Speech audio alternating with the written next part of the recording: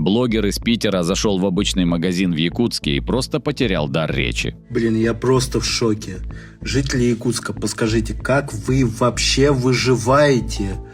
Я просто прилетел с Якутска, зашел в первый магазин и просто в шоке сравнил цены. И я понял, что в Якутске просто X3. Просто X3. Вот просто вдумайтесь, кукуруза стоит в Якутске 300 рублей в Тока. Тут стоит 100 с чем-то, 100 что-то 20 рублей.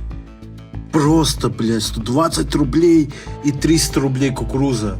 Пока он в шоке, местные жители привыкают к новой реальности. С 1 января 2026 года в столице Якутии проезд в автобусе подскочил до 58 рублей, а если вы живете в пригороде, готовьте сотенную за одну поездку. Да, это цены 2026 года, и это только начало января.